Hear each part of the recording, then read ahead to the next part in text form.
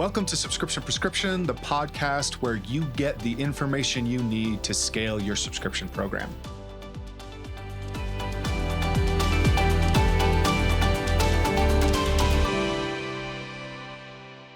Hello and welcome to another dose of Subscription Prescription. I'm your host, Matthew Holman, and this is the podcast where we talk about everything related to D2C subscriptions. I'm really excited for this week's dose because we're going to be chatting with my good friend, Bryan MacDonald from Almost Pride. Bryan, thanks for coming on the show. Hey, thanks for having me, Matt. Really appreciate it. I'm all fired up. I'm up here in the warehouse. We got the 2 conference rooms taken, but we're cranking. We're ready to go. We're going to do it. Cool. Well, so before we dive in, I want to take just a minute and bring up the sponsor for this week's episode. As a lot of my listeners and readers know, I'm a big fan of Legion Athletics. They're a supplement brand that I've worked with in the past quite extensively. They do some really cool things with stacks, have really all natural, amazing supplements. But one of the things that I do really love about them is the fact that they have a complete subscription experience. They have absolutely nailed their subscription fulfillment, and that is all because of a company called Stored, S-T-O-R-D. Stored is a commerce enablement brand that operates fulfillment centers across the globe and builds complementary technologies to help reduce needless transportation costs, increase visibility, and provide brands the tools they need to create an exemplary customer experience as a fully integrated service.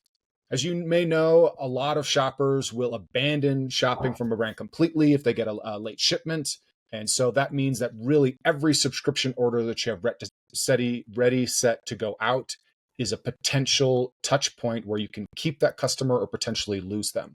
So I'm a big fan of Store because they are obsessed with subscription businesses. You can go check out their website and see a lot of the different subscription brands that they work with. They've developed specific workflows within their order management systems that benefit the needs of subscription businesses and allow you, the brand, to set protocols to manage and avoid all delivery exceptions. So talk a lot about different ways on this show to maximize subscription business across the board, offers, website, retention tactics, really, but you cannot go to sleep on your fulfillment. So please take a moment and go check out more about Stored and their subscription capabilities at stored.com. I'll have a link in the show. And I just love, Bryan, that you're at a warehouse because That's right. you were posting recently about fulfillment being something that is kind of like slept on for organizations, especially with like there's hurricanes that are coming through. First, take a moment for anybody who's affected by those. Heart goes out to you. Really hope people are being able to make some progress by the time the show comes out. It'll be a couple weeks in the rear view. But I'd really love for you to unpack more about what you meant by that, how important fulfillment is to part of the subscription experience. Yeah, absolutely, man. Yeah. So listen, I mean, fulfillment, it's one of those tricky things, right? Where a lot of folks will just sort of pass off them to a 3PL, 4PL type of situation because number one, maybe they don't have the capacity, real estate, or cash flow to build that in-house, right? Because it is expensive to get that going in-house. And that's something that we invested in because we see the benefit of owning A through Z, right? So just today, actually, we had a customer call in wanting to switch one of the SKUs in their order last minute before it shipped out. One of our like longtime customers, they've been with us like 6 years on a subscription. Well, if you're in a 3PL situation, that 3PL is going to tell you to choose screw.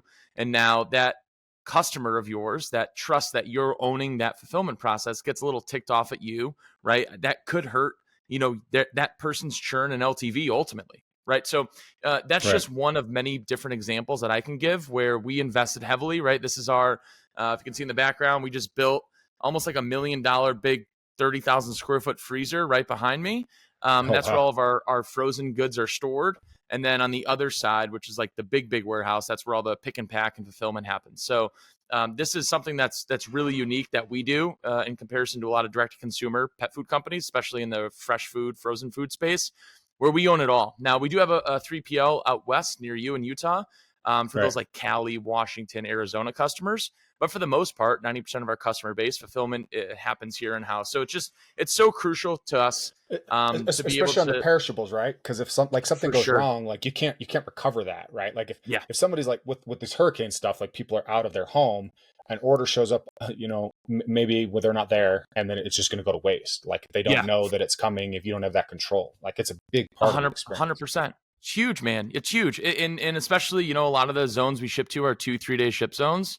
And there's only so much dry ice that you can put in order. Eventually, it's gonna thaw out, right? So even if customers, which is like why I made that post on LinkedIn, even if you're not in an impacted zone, your zone could still potentially be impacted based upon transit situations that are occurring Right. with FedEx, Right. UPS, right? So like there's Right. so many different things to look at, and the customer communication aspect on our end is huge. We're reaching out to customers that are impacted, keeping them posted on a daily basis. And that just goes a long way with our subscription customers, especially who rely on our food, which is also Right. why we're in retail stores as well, right? Because we can sort of push those customers into retail. As long as our food ends in their bowl, they're going to continue Hmm. purchasing with us. Absolutely. And I realize now, you're an amazing hype man, and I utterly failed at hyping you up. We were talking about like stored and fulfillment. I wanted to like jump right into it, but I should have done a better job of introducing you. So No, for those you're of you that are good. listening, for those of you that aren't familiar, like Bryan and we got introduced through some mutual friends, but because you're also on the Awesome Pod, and that kicked off earlier this year. So Awesome Pod, you did the rap for that. You make amazing content. I think you're a really engaging personality. Sometimes maybe people feel like you're coming down a little harsh. I think it's just that you're drawing a lot of clarity or focus on the point that you're trying to make, which I think is really, Yeah. really cool.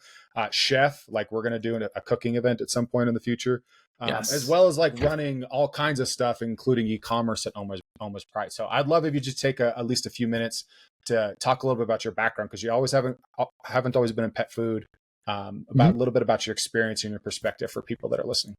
Yeah, man, absolutely. So I went to college to be a gym teacher and football coach. That was always my goal I growing love up. it. I wanted to be Okay. a gym teacher, walk around with a whistle in the cafeteria, get some kids in the football team. And what I found in college is I fell in love with photography. So I started shooting Okay. weddings to help pay for school. And I was like, wow, I can make a lot of money doing this. And, I'm meeting as I'm student teaching, these gym teachers are like, oh, I make like 50 grand. I'm like, this doesn't sound right. So I got into wedding photography out of school. So I started up my own wedding photography company all across New England. And a few years in, we were doing anywhere from like 40 to 50 weddings a year. And Wow. at that point, I had two full-time employees with me, and they were a second shooter and assistant. In one wedding, I was shooting a gentleman's wedding, and I did a really cool thing where I found that the only way to get new clients back then, this is before social media like really took off, was to go to these like wedding shows, right? These bridal shows and pay for a Hmm. booth. You get some new leads, Utah has a hopefully. massive expos about It's wild. weddings. Almost like these conferences we go to, right? So I said, okay, well Seriously. that's one way to do it. And then I was shooting a wedding, and I said, hey, I'm gonna skip dinner, and I'm just gonna bring my laptop, and I'm gonna edit like 30, 40 pictures during dinner, give it to the bride and groom, something for them to take home. So at that time, I'm like, wow, I didn't realize this was like a big deal. So once that started to sort of like pick up in terms of them spreading that like wildfire, this guy just edited 30 photos during dinner. I invested in a whole setup that my assistant brought to every single wedding, where I would edit my 30, 40, 50 pictures, and I would run them on a slideshow via projector connected to my computer and have it on a running slideshow during the reception, because Oh, I wow. found that all my future clients were at those weddings, right? Right. Those are all my prospects. So I'm like, well, Hmm. I'm not going to pay for the booth anymore. I got 40 potential new clients right here. And then eventually one guy was like, hey, this is like genius. I think you're doing the wrong thing. Why don't you come and run marketing for me? I said, all right. He made me a great offer, and he put a really big chance on me. And he was one of the largest direct to consumer ammunition companies in the United States. So he Right. started his direct to consumer ammo company Obama's first term. So this was back in, gosh, when was it, like 2010, 2000. maybe, Yeah. right? When was that? 2008. 2000. I Yeah, feel like it was 2008, 2010, 2008. maybe Yeah. around there. Yeah. Um, so he was the first one in the space selling direct consumer ammo online. He'd buy from the big manufacturers. All big ammo manufacturers don't sell direct to consumer; they're all wholesale, retail. And he got good contacts with them. Next thing you know, when he hired me, we were doing almost about 100 million a year Yeah. in rev with 40 employees, 45 employees. So I came That's in nuts. and I developed a membership program similar to Amazon. So I saw an opportunity where that space is very politically driven in regards to your profit margins and Right. revenue, right? High demand when your Obamas are in office and your Bidens are in office. high margins, high demand, but low supply because of that demand. And then you have your Trumps that get in office, and it's very low demand, very low margins, oversupply of ammunition, and you're not making that much money. All right, well, if there's a Trump in office, how do I take this business that is a 9-figure business and have some sort of recurring revenue? And this typical subscription model didn't work because you rely too heavily on manufacturer goods, where if Mhm. there's a shortage or whatever, you can't rely that for the And customer as on we their said early subscription. on, like that, yeah, people get pissed if you're like, hey, sorry, we're out this Yeah, month. Your subscription isn't yeah, going to ship. Yeah. exactly. So I said, hey, let's do a membership program, right? And I went all in on the annual. I'm a big annual membership guy, so it was $199 a year. You got 8% off on every purchase, and then you also got free shipping on every order. And then Okay. you were let into sales early, the whole 9 yards, your typical Right. marketing. And that was like my first big project. Well, that did my first year implementing that. We did like 35 million just by offering the membership program. So, I Damn. mean, we're talking about like we had millions of customers. It was a big, big company. And I was just essentially, I lucked out being that was my first, marketing gig. Flew around the world with him. We did a bunch of like white label import ammo deals. So I've been to Taiwan, Bosnia, Russia, I mean, Albania, you name it. Hmm. So I was like the War Dogs movie. So this guy was like Bosnian, very, Maybe a little less shady though.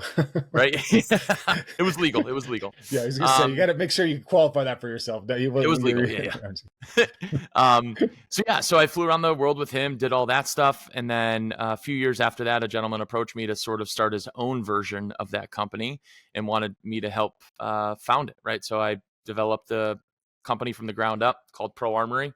And I was there for a while. While I was there is when I met Adam, who is the 4th generation of Oma's Pride, a Wow. raw pet food company, been around since the 1950s. And he's like, hey, like what you did for these ammo companies, like you're nuts. We need someone that's nuts, someone to run our ecom and really take it by the horns here. So yeah, I joined Oma's Pride almost a year ago. Yep, over a year ago now, a year and 2 months ago. So I handle all of our all ecom. So every ecom channel you can think of, our marketing department. I'm our head of new product development. I handle a lot with procurement and our like logistics chain.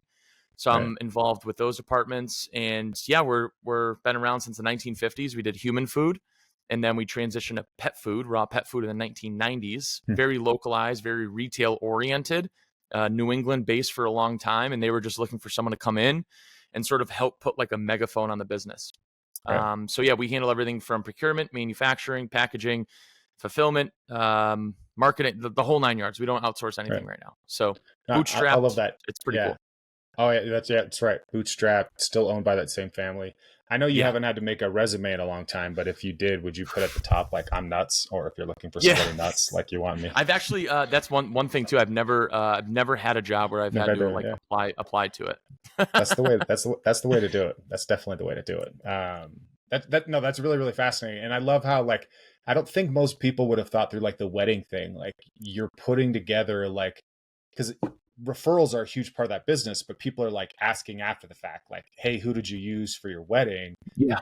But they don't know if they were any good or not, right? Like here are the photos up there live as just taking them. Oh yeah, by the way, that's the guy right over there. So I think Yeah. that's kind of brilliant. I think sometimes it's like that's one of the things I really like about you. I think is like there's this idea of like just you're not like reinventing everything. You're not like coming up and saying like we don't need Shopify, we don't need this, we don't need this. But there's like we could do just a little differently. We can do it our way, which is something I think that most I would love if more subscription brands would take on their identity. Like if For they're sure. like a goth theme brand, like do more merch that's like that. Like if you're going to be a little irreverent, great. If you're going to be buttoned up, do all those things. So what's one of the things that you found to be like really really fun that you didn't expect when you're getting into like more of the pet food space that there's a little bit of a surprise, you know? Yeah, I mean, well, so one of the things that I guess a twofold thing, one being good, one being like, eh. The good thing is I'm Mm, able to utilize a lot of things I wasn't able to in the restricted space, right? So I'm able to right. do a lot with all of our social channels, all of our paid media channels, Google, Meta, you name it. I wasn't able to do that before, so you had to get really creative, which I love too. Now that I'm like in the e-com space, you know, shooting the shit with different people with CBD or in the weed space or Hmm. alcohol or ammunition, firearms. not just because I like those spaces now, but because of what you have to do in order to grow in those spaces. It's a Right. lot harder, right? You can't just pump paid dollars behind things Right. and expect it to grow. So transitioning over was cool because I was able to utilize elements I wasn't able to utilize before and implement. Mm-hmm. And then on the flip side of it, right, pet food, I knew nothing. I mean, I had dogs growing up. I love dogs. I have a dog, Right. but that was about it. And we're a raw pet food company. So there's picture like pet food as like one big TAM, and then 90-ish% of it is kibble, your traditional like dry food. You probably have like, anywhere from like 8 to 7%, which is like freshly cooked, your farmer's dogs, your fresh pets of the world, which are like your human grade, gently cooked recipes.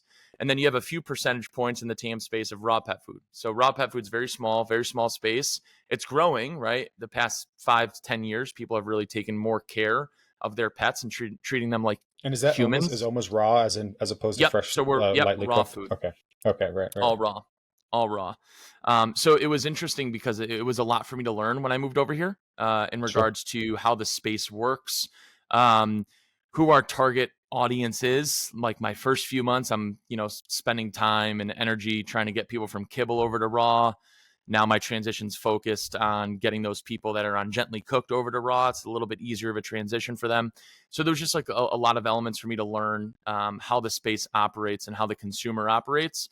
And then, the rest of the stuff is easy for me in regards to like implementing plans and putting everything in place. But Sure. yeah, it was definitely a big switch up from AK-47s to turkey and vegetable mix, right? So So I'm curious because you mentioned like like who you could potentially go after, and I think that like in any business we all think well, anybody could buy this, but one of the things that I think I like to harp on a lot is like focusing on use cases, right? Like Mm, what types of people, what does somebody really want from your product? Because if you can get better at speaking to the types of person that's buying it, how they're using it, you'll be more successful.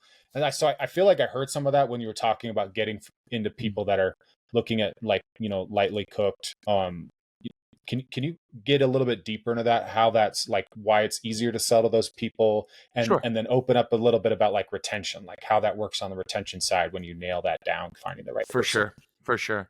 So yeah, so kibble's what we're used to as dog food consumers for animals, used to purchasing since the 1950s. So it's cheap. Number one, it's very cheap, and it's always recommended by vets.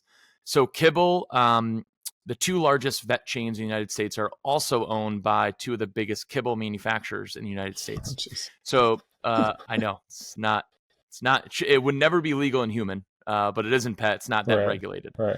So the consumers are so used to not spending a lot of money on their animals' nutrition, and Mm-hmm. when their vet, someone that they trust with their animal's health, tells them to feed it as well, it puts up a guard that's really tough to break down. Now, with the expansion and growth of social media, people now are in position as a consumer to do research for the first time on their own. Where 10 years ago, even people weren't really utilizing social media in order to gather information or do their own case studies themselves at home, right? It was either let's Right. check a Google review or ask my vet. And then after a Right. Google search or talking to your vet, like you've already made up your decision as a consumer. And now it's shifted, right? Buying power, especially with the subscriptions, are moving over to your millennials and Gen Zs. And your millennials and Gen Zs are taking the time and really taking into consideration who they follow that feeds it, right? Feeds Mm-hmm. OMAs, maybe people that they trust online. Because now we're living in this like we trust more people we see online than we do in real life Right. sometimes. Right. Right. Right. So I have the no idea about this person's real personal life, but I love how they yeah, talk about their dogs and their cute videos. So I'm going to listen when they talk about how to treat their pet. it's crazy. That's true. Yeah, it's crazy. So yeah, transitioning from kibble, like if you're on kibble, like I said, it's very cheap. And now your next option is to go to your farmer's dog, gently cooked, fresh pet recipe, which is a little bit more expensive, but it's that human grade meal where it's marketed as your animals are eating what you eat, right? It's like Mm-hmm. sweet potatoes, beef, rice, Right. etc. So that's a little bit more. It's easier for a consumer to switch from kibble onto that because of the price point and because it makes them feel like they're giving their dog what Yeah, they're they're doing eating. something better. Right. Right now, on the raw side of it, it's like, hey, you want to eat these raw bones and organs? It's like, it's a little harder of a decision, right? Even though that's what we believed animals should be eating, what they Right. fed centuries ago. However, it's harder to switch from the consumer buying mentality of kibble over to bones, meats, vegetables, and organs versus like, hey, how about you just feed your dog a little bit healthier stuff and feed them what you're eating? It's like, oh, okay, that makes sense. Right. Well, once they've already made that decision and they've already made the switch over to freshly cooked, that customer now is anti-kibble. And now they're like, they've already seen the benefits in their animal skin, coat health. I mean, you name it. And now it's like, oh, wow, maybe I want to go even healthier. And now you Hmm. start looking at raw. So when someone's on gently cooked, they're looking to raw. They're not looking to move back to kibble. I see. And so it was a decision that we made in terms of marketing going after that consumer, because the kibble consumers, your Black Friday people, etc., high churn, right, low LTV, they're just shopping around, maybe trying it for A lot of replacement whatever, products. a lot of Right. reasons. And the people that are on gently cooked right now for a year, 2, 3 years, as soon as they make that switch over to raw, they're going to stay for a long period of time. So that's how our mentality sort of developed over the past 8 to 10 months, and who we attack, respectfully, who we Right. attack Right. Right. marketing wise. Who you You go know, after? yeah, How would you break down retention then? Because it's like, with kibble, like I mean, I worked with quite a few pet brands, so I know that like one of the common things is either the pet starts to that flavor is no longer like really working for them, so they're no longer like eating it, so they try to switch to something different, or Mhm. it's just like feels very replacement, like, oh, I can get this cheaper somewhere else, or I saw the same bag at Walmart or something like that, so I'm just going to get that instead. In your Yeah, space, like, how are you thinking about it? Is it quality of product? Is it the efficacy? Like, what do you think are the factors that are like influencing retention for Almost Pride? for sure. It's, I mean, for sure, it's the quality. I mean, we source only in the U.S. family farms that we've sourced from for a while, which people like. But it's as soon as they start seeing the benefits when they start feeding our food, it's very hard for that consumer, unless something were to happen, right? Where we see circumstances come up where someone loses their job and they're not able to afford $300-400 a month. That's a big high churn Hmm. reason, right, for our Hmm. subscription customers.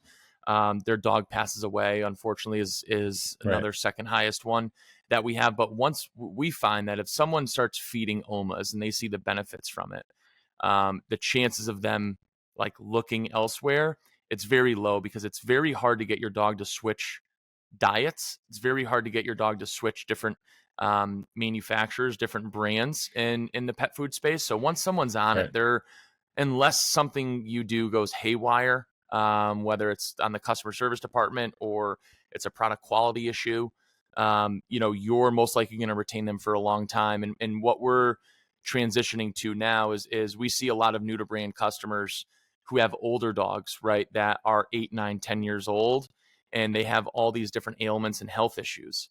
And they've tried everything, and they're like, you know what? I'm going to try raw. Their dog lives an Interesting. extremely happy, healthy life.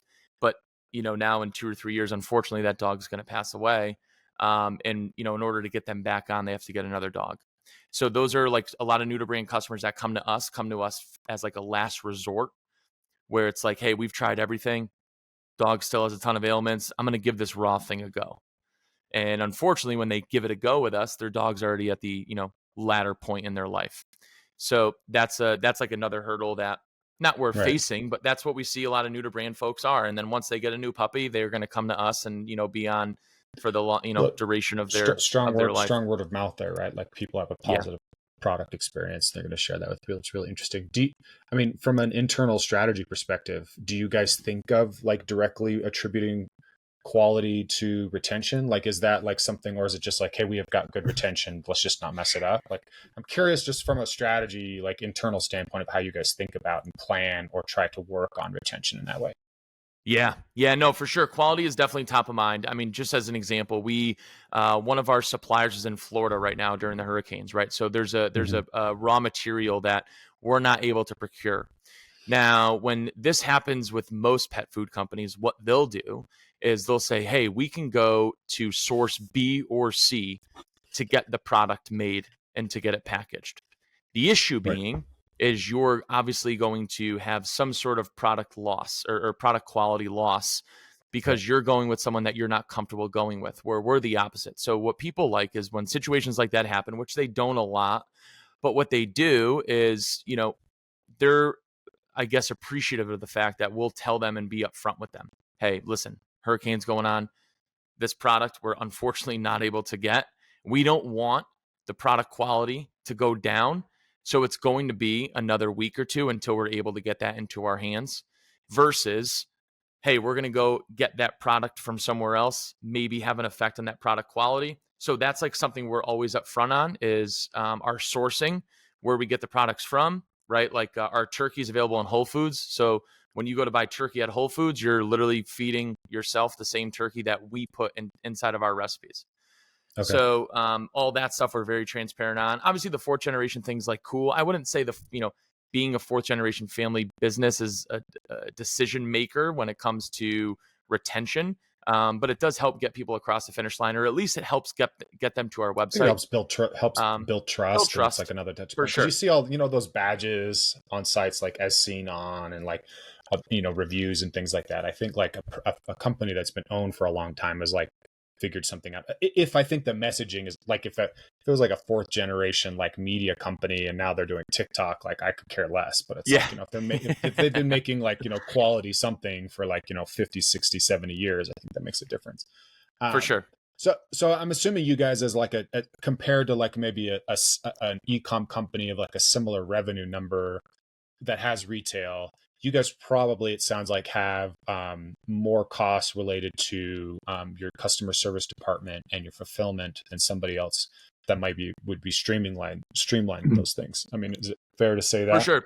Oh yeah, for sure. Yeah, not a I mean, you name it and we pay for it and we handle it in house. So like operating cash flow is obviously very tough because we're in 1,000 retail stores dealing with distribution companies. We Mm-hmm. have a wholesale department. We have our ecom that's growing. We have our subscription customers. So there's, when there is cash flow, it goes right in a new product. So it's Right. customer service wise, we have everything in house. And then same thing with fulfillment. We have 9 full-time pick pack fulfillment employees here in Connecticut too. So I think Mm. that's like another thing to point Yeah. out is like all of our employees are from Connecticut, very expensive Right. state. So you're dealing with, your payroll taxes, insurance, and your wages in Connecticut in comparison to other places, which does play an effect on product costs and all that stuff. So yeah, there's a lot to take into consideration in regards to, our overall operational costs and then our product costs at the end of it. Well, is it just so in your background though, like you were at a massive ammunition company and then started one from scratch and then been to almost like, do you like what would your advice be to somebody who's listening to this and thinking about like the difference between okay, the expense of starting a really quality like I almost said values driven because I mean while you have values, it's more about like you care a lot about quality, retention, those interactions, those touch points like as opposed to a smaller company if you're resources trying to get that off the ground or like how would you what would your advice be to somebody who's looking at starting a company and saying hey maybe going the quality higher priced more touch Yeah. point route makes sense as opposed to the typical like I got to be as lean as possible, get my Facebook ads cranking, and then have 3PL handle the fulfillments, and then I'm just going to keep rolling out more products. Yeah, I mean, listen, I think right now, we're living in a different era than ecom was even 5 years ago, right? Where you can grow top line, you could be losing money year over year, and you were still able at the time to build up a solid sellable business within a few years and sell for a 5, 6, 7x multiple. But those aren't the days anymore, right? Money's tight. I don't know if we're ever going to get back to what ecom was just 4 or 5 years ago, and profitability and LTV matters now more than ever. So, Mm-hmm. starting it from scratch, I think slow growth is like, I love slow growth. I am a huge profitable slow growth. I will never beat my drum harder and making that aware to folks where it's a cool thing to look at and say, hey, our average subscription customer is with us for years. Like, we're Right. not trying to get over a 4, 6 month churn hurdle Right. like most D2C Right. brands, right? Like, we're talking about Yeah. years. How do we combat Right. years and make that even more years. So, and that all goes based on product quality. That all goes based upon how we treat our customers, and doing that the right way. Like when we started, I started the second ammunition company. One big thing I did is I hired all veterans for our customer service department, and then we Oh, made our nice. motto, "We give a shit about you." So that Hmm. was like our whole. We had a video home hero image on the website, video on the website of this jack dude with a rifle blowing up a toilet, and it was like Pro Armory, we give a shit about you. And then you called, you were talking to a vet. It was like it was such a cool That's experience, so right? Because fun. we weren't in control of product quality, right? Because we're just all Right. we're doing is Right. But procuring you can from control manufacturers and brand. selling it. Yeah. So the one thing that we had to do to separate ourselves is how do we treat people that purchase from us? So you Right. have two different routes, right? And I like attacking both of them. If you're not manufacturing your own product, try to find the best quality that you can. If you're dealing with like a co-man, or you're getting it from overseas, there's ways to build trust. There's ways to build your customer base. And as you continue to grow, your cogs will get cut down. Like True Classics is a great example. Now their cogs are almost nothing. Hmm. But to start out, like it was an expensive shirt for them to procure and develop Right. and bring in from overseas in comparison to what their cogs are now because of the way that they've grown. But they started off based on that quality and then decided to grow after that, right? So it's very easy, right, to develop a idea, business, product, whatever the case may be, and get some financial backing to pump paid dollars into something. But it's cool to do it the right way, which is what I always recommend: quality of product and quality of service. And those are the two things that I always, harp on. No, that makes a lot of sense. I think, it's interesting with like some of the clients we're working with now, like things are moving so quickly, or like there's always so many things to try to do that it's hard to sometimes take a step back and think through like different touch points and stuff. But it's also kind of interesting too, because there's always this different like view on churn, right? Like, okay, well, we don't want to send upcoming order notifications because it sparks churn. But then the other side of it is I've had some brand founders like, well, we have to send upcoming order notifications because I'm tired of these support tickets, people saying they didn't want their card charged, right? So it's like Yeah, it's two sides of the same coin, trying to figure out which one's going to work better, what kind of brand you want to build. No, it makes a lot for of sure. sense. And I think it's really, you got to figure out what engagement touch points you want to try to own and worry about. The more you can take on, I think the better off you'll be, but you have to find that sweet spot between cost and you know revenue or profitability numbers coming Oh, from that. absolutely. I couldn't agree more. So switching gears a little bit, let's talk about the Awesome Pod. I just Is Jimmy really as cool as he seems in real person? No, I'm just kidding. I know Jimmy's Not pretty cool, really, but no. no, he's not. Are you guys always meeting at casinos to do your recordings? Is that like a John Roman thing, or no? I'm Yeah, just kidding. that Let's kind of let's yeah. So when they had the idea to start this, the goal was to every month fly to wherever we live. So I live in Connecticut. John Roman from BattleBox lives in Georgia. Jimmy from Send Lane, and now the Send It podcast. He's just starting. He's right. just going to turn white. That's how many podcasts he's starting. He's just a middle aged white man now. So he lives in Texas, and then Amir Perella Right. agency lives in Chicago. So Right. first month we went to Atlanta. We filmed in person for 4 or 5 episodes. We released them once a week, every Thursday. And then the next time was Sub Summit, I believe, actually in Texas. Right. And then we got Was to in me, Dallas.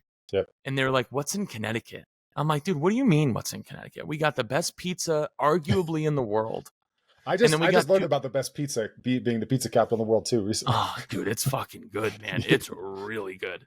So we got the pizza, and then we have two of the biggest casinos, square footage wise, in the country. And they're like, "What?"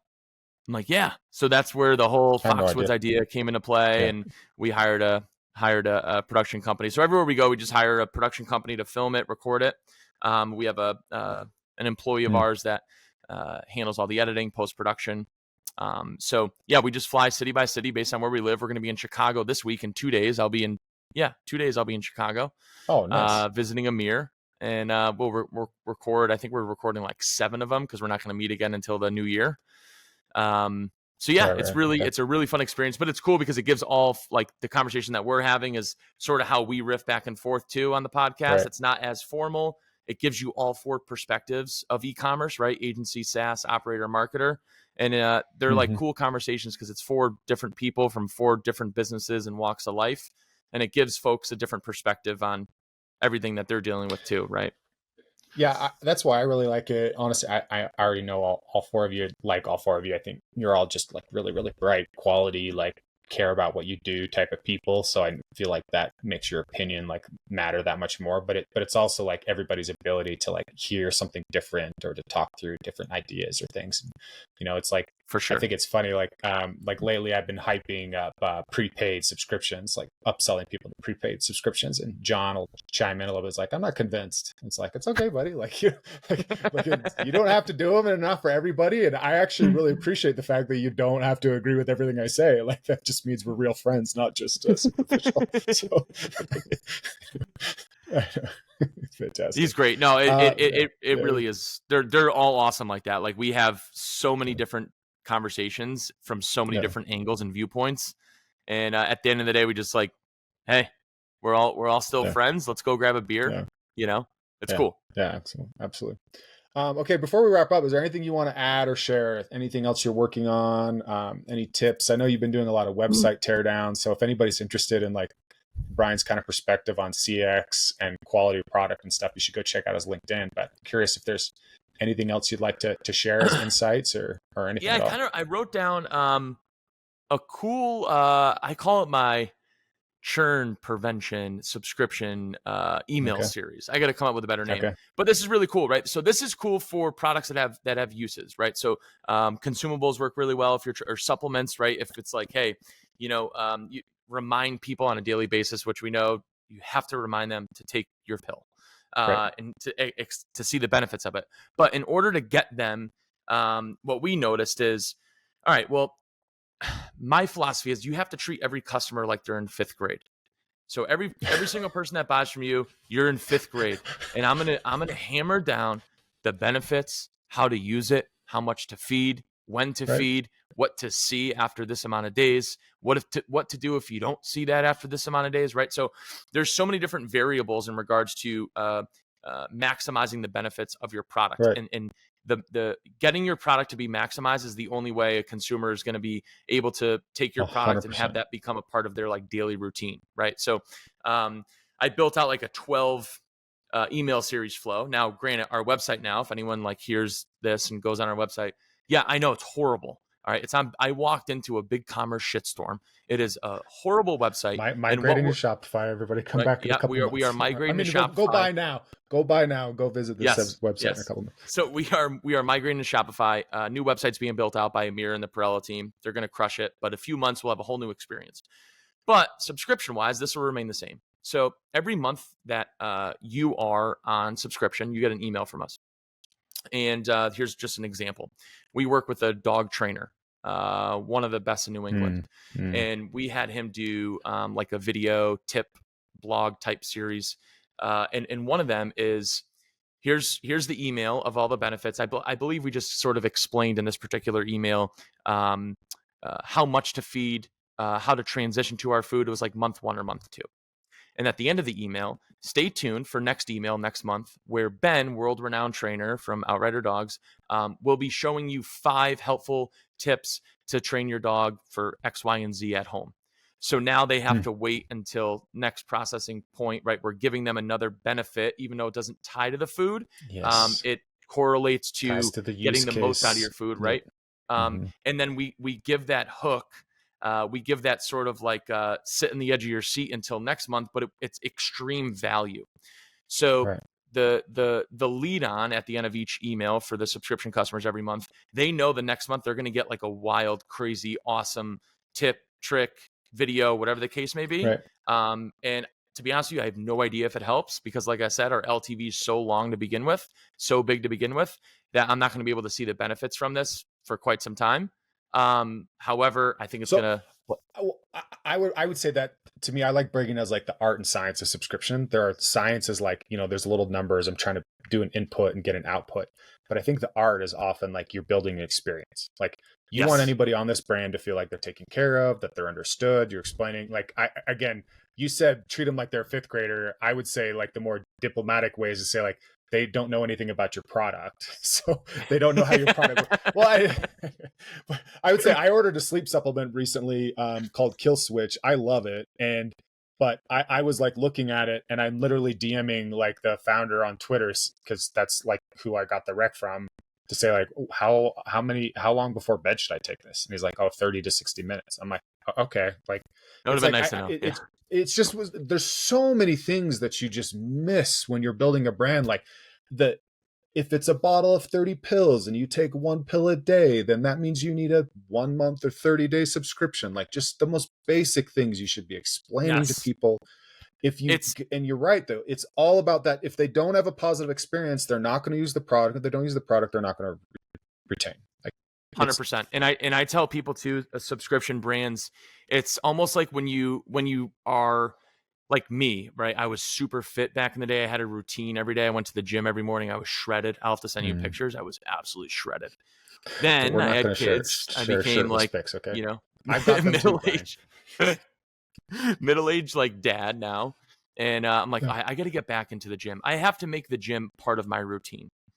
So getting something that you're not used to in your routine, whether it's I don't care what it is, gym, new shampoo, a new razor, whatever the case may be, if you're not diligent in regards to doing that on a daily basis for those first 90 days, that's why those first 90 days are such a crucial moment in getting your customers hammered down in how to use it, how many times to use it, what are the benefits to look for, like, hey, stick with us here. Hey, did you shave yet? You know, like that literally was an email from Dollar Shave Club. Hey, did you shave yet? Right. And I got it in the morning. And I'm like, dude, that just simple things like that goes such a long way, especially when you're getting someone new to brand on subscription.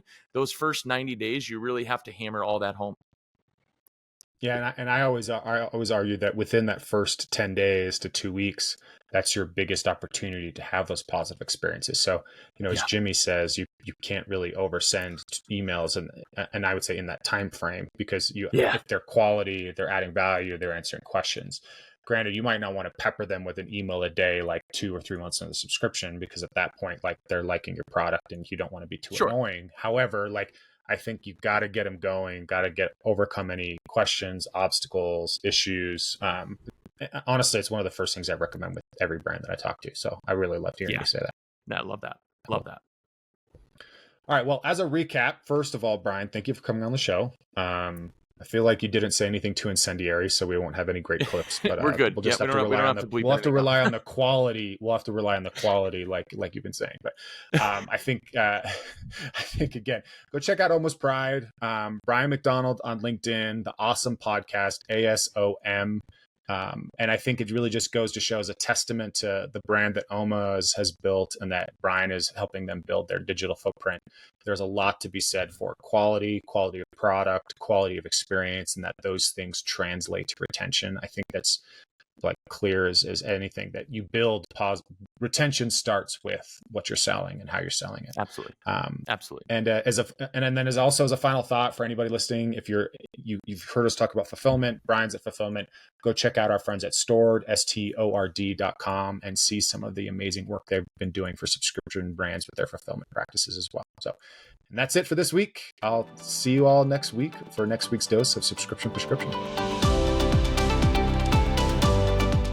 That's it for today. Thank you for tuning in. Please subscribe so that you can get notified when new episodes come out each week on Tuesdays.